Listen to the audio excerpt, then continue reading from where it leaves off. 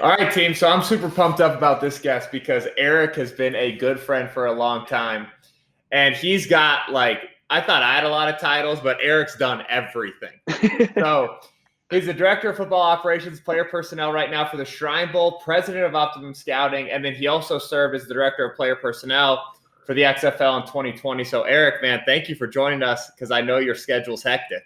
No, I appreciate it, man. It got announced that I was going to be leading up the East West Shrine Bowl in like late April. And since then, man, I've been on a phone call tour calling every GM, agent, area scout, media people, trying to like crowdsource a little bit how I can make this event special. So it's been a lot of phone calls, man, but I love the chance to talk to you and talk some quarterbacks as well. I couldn't imagine because you were already busy. Like I've Yeah. just known you for so long. You're already a busy guy, and then You now can tell adding the this. bags under the eyes. Yeah. You can tell. Yeah, not a lot of sleep these days. So yeah, absolutely, man. I've got that, but that's from 3 kids. It has nothing to do with. But I mean, talk to us a little bit. I mean, intro yourself a little bit in terms of your journey Yeah. through pro football, because I think you've done so many. Honestly, you've done so many cool things that a lot of people would love to just hear about. So, I mean, just give us the 50,000 foot perspective of kind of your journey to now where you're at.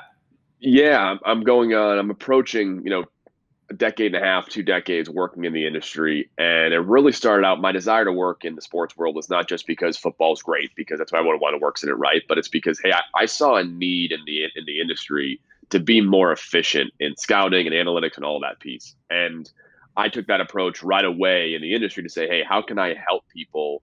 And initially it was agents, it was CFL teams, Arena League teams, eventually NFL teams. But hey, can we make this process a bit more efficient from a consulting standpoint? I got a business and law degree myself, so I'm kind of like that's where my mind kind of went to kind of solve that problem. And I think that led to a lot of cool opportunities over the course of the next decade, which is, hey, I know the agent world really well, and that allows me to help NFL teams in that process. And that consulting, and I did some media kind of over the course of the last 15 years, but that kind of led me to be really qualified in a unique way for the XFL director of player personnel to help build the football league, because I knew all these different pockets of the industry, from the world that you live in, that the private coaches aspect, the agent aspect, what players are going through. I've worked with colleges and their DPBs and their coaching staff, certainly NFL teams and CFL teams. I had a consultant with all those other startup leagues that never really made it to the finish line of week one. So all this kind of weird experience over a decade kind of clicked perfectly with the XFL and working with Oliver Luck, and had the privilege of kind of really, I think I was employee on the football side, like number 4 with the XFL. And so I got my hands on equipment, operations, locations, as well as the scouting piece, and got a chance to kind of really build the whole league's infrastructure. So that experience was awesome from 2018 till 2020 till bankruptcy, RIP, Yep.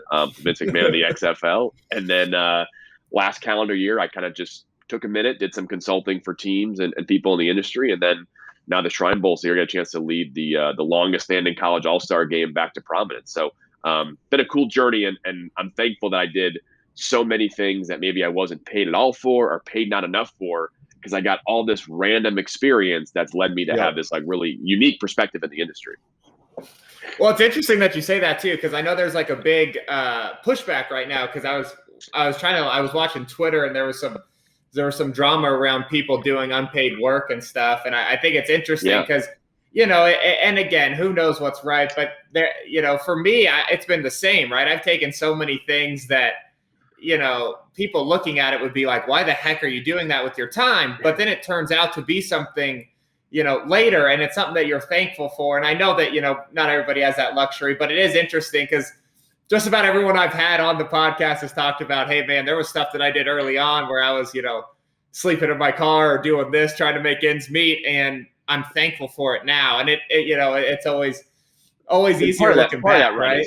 Is like part of that. It's like, hey, I thankfully, I didn't necessarily have to use it, but I had a safety net at home that if things all went to crap, I'd be okay. But I think part of it, and I try to keep that in mind too, because we've got people that are scouting assistants right now who want to work in the NFL, and they, some of them are unpaid.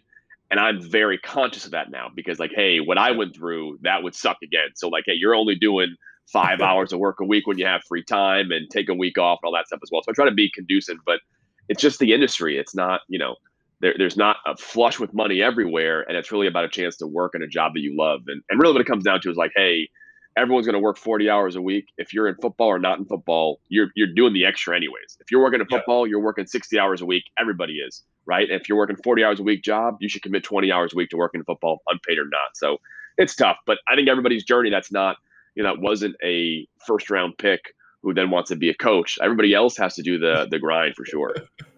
No doubt. So talk to Yeah. me a little bit, and I know you're early on in the Shrine Bowl, but talk to me a little bit about, that process, what it's been like, and then obviously your guys' goal for the game as you look at it, hey, a year, 2 years, 3 years, 4 years down the line. We've got a huge advantage, Tim, because we've been consulting for the last 3 months. So we're, in terms of like having reports, we're finished on the 2022-2023 draft class, right? So Awesome. we'll still have meetings and watching film, of course.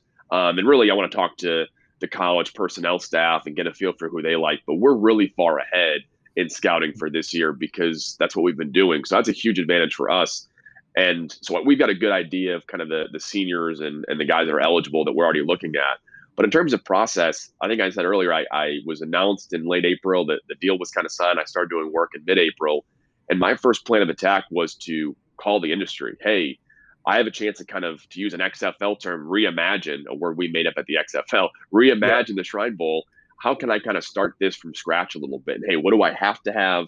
What would be nice to have? So we've got I'm excited to eventually announce a lot of really cool partners that are going to kind of make, hopefully, the event of the Shrine Bowl really unique. And I also want to make sure I don't lose track of the fact that our game is for an incredibly important cause, which is for the Shriners Hospital for Children.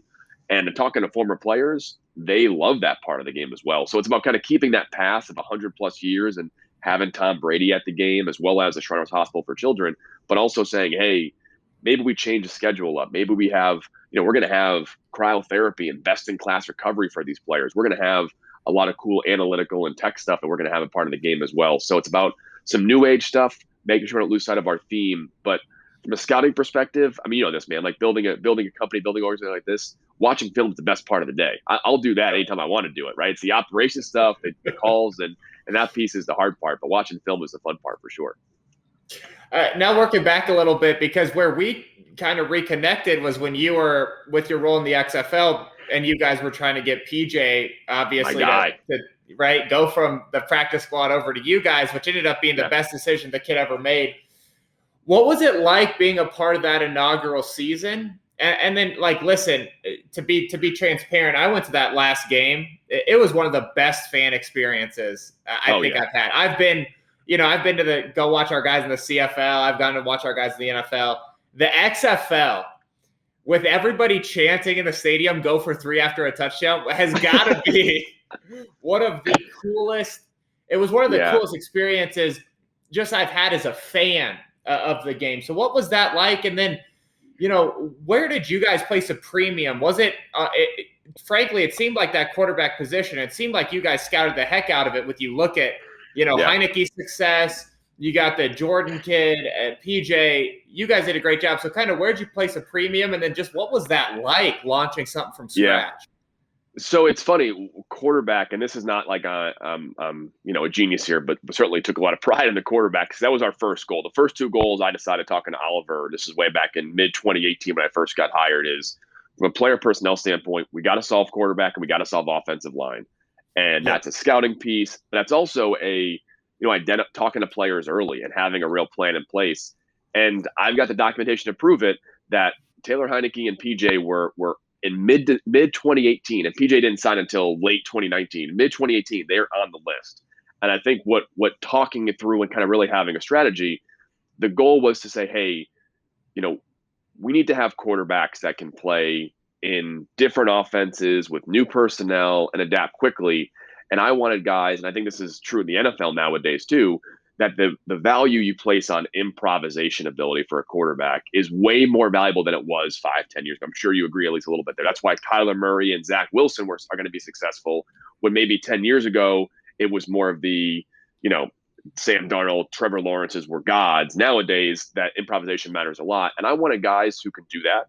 I wanted guys, if I can curse here, who have seen some shit in their career, right? Who have been through, been overlooked or underappreciated. And hey, Taylor Heineke built the Old Dominion program, and he's been underappreciated his whole NFL career. PJ was unbelievable as a 4-year starter at Temple. I saw PJ play 3 years in a row at Temple when I was living in the Philadelphia area and traveling as a scout. And then he goes to the Colts, and he's a, cut, practice squad, cut, practice squad.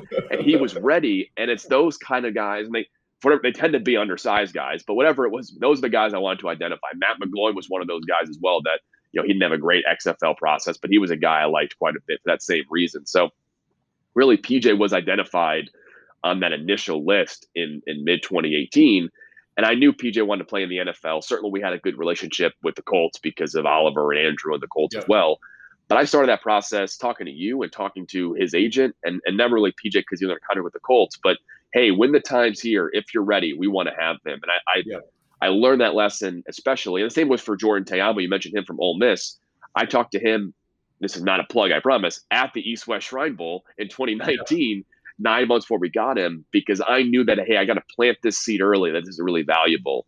And I think when PJ was released and he was a free agent, I think he knew the XFL already. He was comfortable that he said, I'm in. And I think I learned about that process, whether it's recruiting or whether it's scouting in general, is you've got to really do the homework ahead of time and be prepared, because the more you're prepared and people are aware of what your process is, they're going to be more confident when that decision-making time comes. And that was for Jordan, that was for PJ, and really having that identity of what kind of quarterbacks we wanted, who we wanted, and how we're going to get them in the league was something that we took a lot of pride on. And I think we had success. And hey, I give a lot of credit to June Jones, because June was the head coach of the Houston Roughnecks, and he was like, Eric, I don't care who you get me, I'll be okay. I like these 4 or 5 guys, and he liked PJ a lot, but he was like, he didn't want to be too controlling. And I said, okay, I see PJ on this list. We're getting PJ Walker, and it'd be an awesome fit. But a lot of that success in the XFL for Houston was PJ being special, the head coach being adaptable, and then the league and the team around it, and the quality talent we had around it was great. You mentioned the fan experience, man.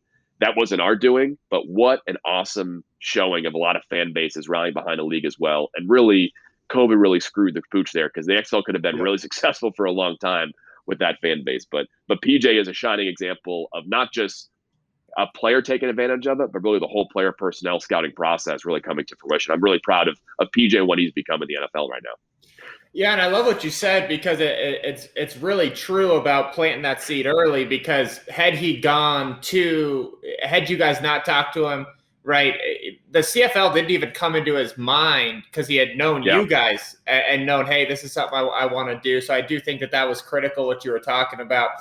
But yeah, I mean, the XFL deal, man, it really was so special. It'll be interesting to see what shakes out for him, but it really was what you guys put together was so special. And I mean, it was fun to be a part of. It is, it was a real bummer though that COVID hit, because I mean that stadium was packed too.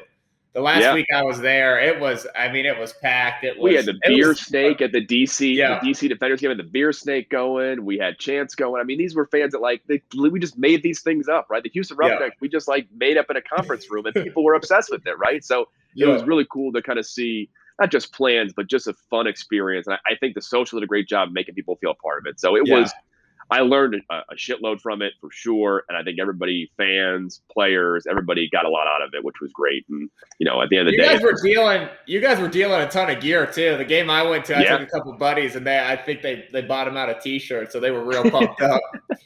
Yeah. But so what's your you're a guy that I really respect and I look to in terms of, because this was the first year I did any pre-draft breakdowns, and quite frankly, I hate it because I don't like college football. I don't think it's I think it's just all matchups, and it's not as much fun as breaking down some of the NFL stuff. But you're a guy I really respect in your process and how you guys go about it. You're very diligent. Can you kind of, I obviously don't want you to give away the secret sauce, but when you're looking at these college guys, you hinted at improvisation a little bit earlier, but kind of what's some of the stuff you look for in these college guys? And then, talk to us maybe about how it's changed from, when you were looking at these guys 10 years ago to looking at them now.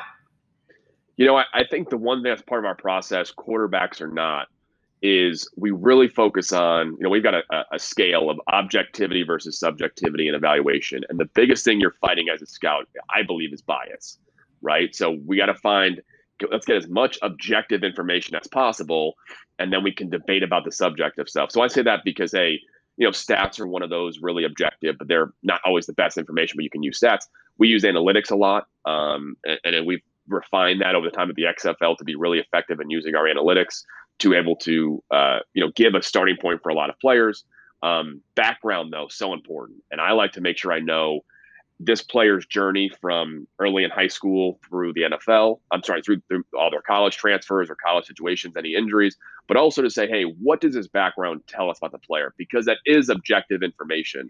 And as much as you can gather from a player's background, not try to draw a conclusion that's not there, but as much as you can get, you'll understand the player a lot more. You'll understand where they're coming from and who they are as a player. Hey, if this guy's a one-year starter who, played receiver in high school, right? Hey, I get why he may take some time as a quarterback to develop versus if let's say a guy like Nick Starkel of San Jose State, who I tweeted about last week, who I think is a very talented quarterback, but he's been a starter in 3 different schools. He kind of has to show this year he is who he is, right? So knowing their background really helps you kind of project a lot better about what they could become.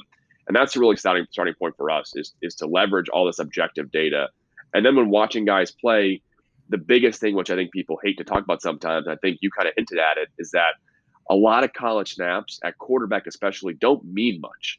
And when you're watching plays that don't matter, you're only affecting, again, your bias. And hey, RPOs, you got to kind of throw them out. And it's hard to do sometimes, but I try to just fast forward the film because you're not getting a lot out of that. And it's about isolating and prioritizing those plays. Thankfully, we have analytics and other resources we can do to help ourselves kind of eliminate that bias. But as a scout, you really got to focus on, hey, this play is actually, he's shown 3 or 4 things in this play that matter. I got to watch this play 3 or 4 times. The RPOs, I'll skip over. So it's really about background and then filtering the plays that really matter. What I thought was interesting when I watched it this year was, like you were talking about, the RPOs. It's kind of like you wanted to disregard them because it's coached to be a win no matter what, right? If I'm reading the will linebacker and he's apex, he either enters the box or he doesn't. So it's a win no matter what. What I was really fascinated with, and this is where probably my bias kicked in and I was so high on Jones, was the run game checks. Like I almost got more out of run game checks and like Fields and the way he manipulated the mic for protections than I did out of the actual playing quarterback. Because those top guys, you can see them from a mile away. And to me, the run game, the protection, all that stuff will be whether or not they're successful. I love what you said, though, about the improvisation when you were talking about scouting the XFL guys, too, because that almost solves your offensive line issues, right? If they're mobile enough, you can solve some issues that maybe you don't have. And I think that's where probably Mac is going to get hurt in kind of the modern NFL versus maybe if he was coming to the league 12 years ago. But I love what you said, man. The objective data probably is the most valuable thing in terms of trying to stack rank these guys. Yeah, and I mean, for NFL teams too, right? I mean, keep in mind that when coaches get involved, everyone has their own subjective opinion as much as you can kind of frame it correctly. Because I think if you really get the objective stuff right and evaluate the objective data right, and then you just focus on a lot of the basics of a player, athleticism, arm strength, if you just get that stuff out of the way, then you're debating the last 15% of the scouting report, which matters, right? But you could spend all your time on just what matters, not about the whole player again and again. But you mentioned improvisation. I think it matters a lot because a lot of NFL offenses, just like college, they're becoming a lot more structured, a lot more RPOs, a lot of really easy throws and checks that the plays that the quarterback has to make are the ones where they have to improvise, right? Pat Mahomes, his best throws, when you look at his highlights, are not the ones when he's 3-step drop, he's not doing a 5-step drop from center and making 3 reads. He's making the A-gap blitz. I'm getting out to the pocket and throwing cross my body 45 yards downfield to Tyreek Hill. And that's the play that not everybody can make, but those plays I think are what makes an offense better, whether offensive line or not, right? Kyler Murray's going to have a better offensive line this year, but the throws he'll make to win the game are the ones that are going to be outside the pocket or dealing with A-gap pressure. And Mac's good at that. I mean, Mac can handle some A-gap stuff and move in the pocket, but however you deal with improvisation is I think super important, more so than just arm talent and downfield ability. It's interesting too, because what I'm starting to see on tape is there's almost, I feel like 6 or 7 years ago in the NFL, it was paranoia of I need something on each play to beat every single look. And now there's so much reliant line of scrimmage play and, hey, get us into the right look, that you're starting to see more plays that we don't have a win here. Because hey, the QB double counted, but they stayed in 2 and then they rolled to 3 and we were in our 2 play, that improv is starting to matter more, because in a situation in which you don't have a route that wins, quarterback escaping the pocket will win, right? So and I think colleges are not. I think a guy like Justin Fields, for example, I think the Ohio State offense could have let him do more stuff than he was able to do as well. And I think it's pretty clear on film, right? And I think that's one of the things that Mac was able to show that I think Justin can handle as well. And I think giving these quarterbacks the tools early, because you deal with these guys, you tell me these quarterbacks are really sharp as freshmen and sophomores. Yeah. Part of it because the offense is simpler, but also because of people like yourself who are making these quarterbacks ready. And I think that's what the NFL has. But I think these guys in college are more equipped to do that. And you can see it pretty clearly from guys, because a lot of air raid stuff, like all this stuff is not that difficult post-snap. But if you can get in the right look pre-snap, it makes all the difference. And you see that with guys like Trevor, Justin, Zach, not as much, but I think he can do it, right? Yeah. But those kind of guys, you can see it on film for sure. That you're right. That's one of the more valuable pieces. It's kind of more of a check the box. Hey, can you do it or not do it? Justin, Trevor, Mac, they could all do it. Check the box. That part's good to report. And I think it's interesting what you said, because it is one of those things that I was peeling away some layers on the field stuff. And it's like, you felt like he did everything that was asked. And you almost kind of, as an evaluator, got frustrated that he wasn't asked more. And again, who can blame him, right? You're going out and beating Indiana by 50 because, not Indiana, but you're going out and beating some of those teams by 50 just because you're better. So it's not like I can blame the coaches about, hey, you should have done more with him. You won by 50. No one's mad. Indiana and Northwestern games were good examples of like, hey, if they just let him do more, he doesn't have those interceptions, because it's like, hey, you don't have a check here and they're doing single high, and Justin probably knows they're going to too high, but he couldn't audible anything. So I think he'll be much more successful in the NFL and college. And you saw with a simple offense, and granted he has 2, maybe first round receivers in Garrett Wilson and Chris Olave, but he's beaten teams just off natural talent and the wrong play call. That's how talented Justin Fields was. Yeah.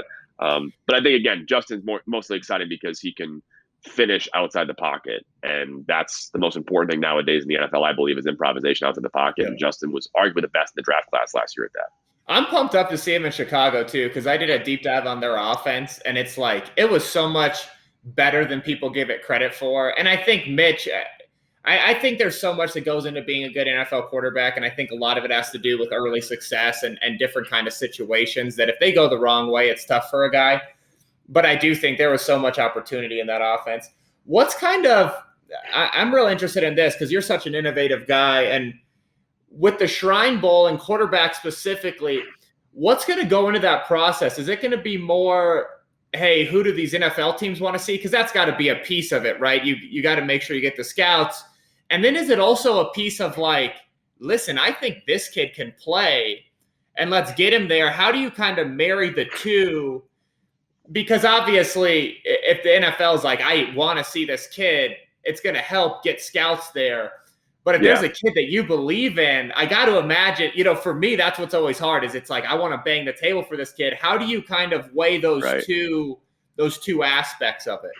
Well, for one, getting the best quarterbacks in the country, which is the plan, the goal for the game, and we have a lot of great resources to do that. Part of that's going to be conveying to players, hey, here's why the Shrine Bowl is going to be really valuable for you. So that's part of the recruiting piece, is saying, hey, you're going to have the most time with NFL GMs. You're going to have the best resource to recover. You're going to have a special day just for you. We're going to have your quarterback coach here to do the workouts with you. Things like that. We're going to be creative to make sure the top quarterbacks view the game as important. But Tim, I'm thankful that myself and our team has developed a good relationship with the NFL, that, hey, I know scouts are coming to us right now and asking our opinion on players, and having that luxury that I feel the confidence to say, you know what? And I told scouts this already. Hey, I told the scout just this morning, right? Hey, if you tell me you want this guy at the game because he's that good, and we don't think he's that good, he's probably not coming to the game. Now, if 10 teams tell me that and we're different, maybe I'll say, we'll invite him despite our own ideas. But I'm very confident in our evaluation process, not to the point where we're stubborn, because I think we have a really good use of analytics, use of people outside the NFL to help make our decisions and inform us about their background, their ability on the field as well, but also because we try to be thought leaders and process leaders. So I definitely we're gonna have some guys at the game this year. I've already got 2 or 3 guys, and I'm like, we get this guy the game, these NFL teams will be thanking me come next April. But certainly it's a process that I want to kind of keep an open mind to. And I'm excited really to talk to these quarterbacks themselves. One thing I haven't done since the XFL the last year is talk to quarterbacks as much. I talked to a couple guys in this year's draft class just to, 15 minutes get to know them. But now it's like, hey, XYZ quarterback, we know this background. Tell me about what you're doing on the field. Tell me about what the responsibilities you have in your checks. I can't do a whiteboard. Maybe I can on Zoom. But talking to players again is, I think, really valuable because we have access like NFL teams have access, and we can kind of formulate our own opinions to help these OCs, quarterback coaches, head coaches learn about these guys before and during the Shrine Bowl. So I'll have my guys, but certainly want to make sure, and I'm confident that our guys and the NFL's guys will line up at the end, and we'll have 3 or 4 quarterbacks drafted and hopefully pretty early. I think it's so cool, man. I'm so pumped up now to see what happens with this game because you have been so innovative in this process. Looking at the 2021 guys, so the guys that are all now rookies, what's your feeling? Do you have a gut reaction? Hey, who landed in the best spot? Do you kind of have, let's just look at those first round guys, I guess, in a vacuum. Who do you feel like landed in the best spot? And then who are you kind of excited to see how it shakes out for? I mean, this is probably a terrible answer. I think they're all in okay spots. I think obviously that the Trey Lance Niners connection is really exciting because, Trey hasn't played since 2019, or I guess he played one game in 2020. It was his worst game. But I know there's so much potential and so much upside with him mentally and physically that I think he starts week 1, by the way. I think he's going to play week 1 for the 49ers at quarterback. But I think he'll have some growing pains. But I think by November, he might be the top quarterback in this rookie class. And we're saying, how the heck did this guy fall to 3 even? But I think the fact that the Jets were able to add Elijah Moore to help Zach Wilson and allow him to improvise vertically, but have this elite route runner and the short and mid area stuff is really valuable for him. And I think the Jaguars having so much depth at receiver now is also valuable for Trevor because I think the receivers they have, even if he misses a bit downfield, they can finish. So I think all these quarterbacks, the GMs and the head coaches, put guys for Trevor who were longer outside receivers who could have wide catch radiuses. For Zach, he found a short and mid area guy to dump off to. So when Zach improvises, he's got to go to check down guy. And then for Trey, a lot of the play action stuff Shanahan wants to do as well.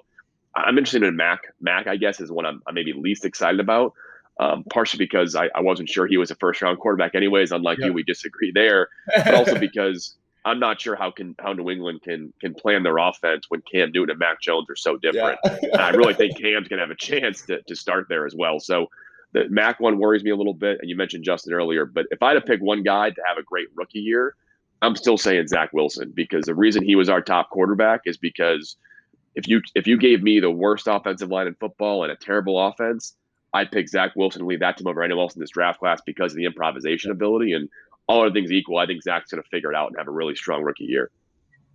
Yeah, I'm excited. To be honest, you nailed it. I'm pretty much pumped up about all of them. I think the thing that's really good about Lawrence, and a lot of people don't like this, I actually love it, and it's only because I played for him, but them adding Schottenheimer as their pass game guy.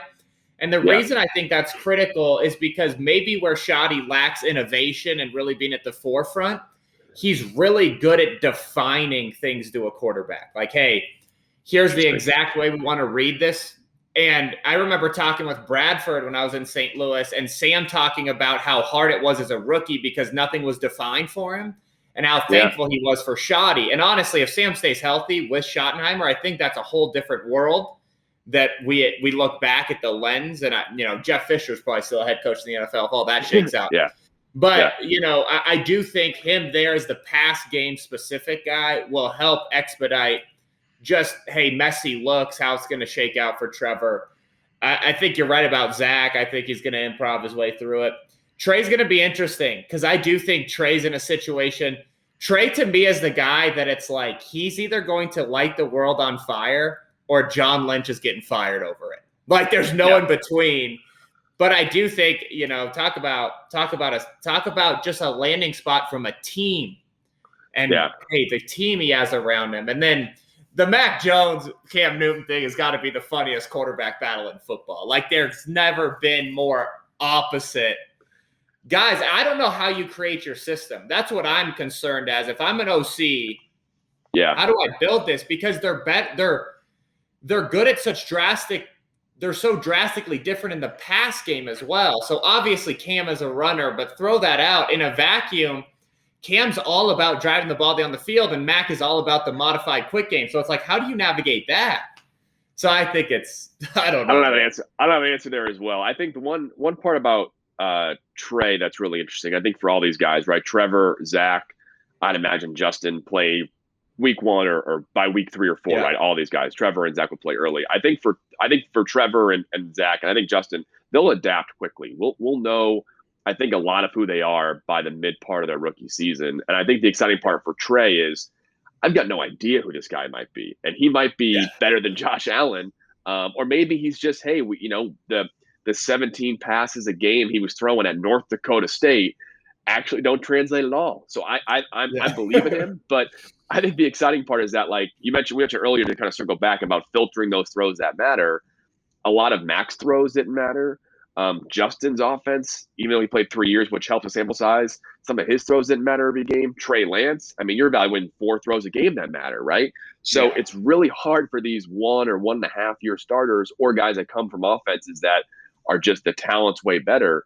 That I think for, outside of, I think, Zach and Trevor, I don't really have a good grasp for how these guys are going to immediately translate. I'm confident that, Justin and even Mac will adapt a little bit and be okay right away. But Trey is this really wide floor. And, I spoke with Trey a little bit, and he's as impressionable, as impressive as you can imagine. But this was a year where Mac and Trey were 1-year starters.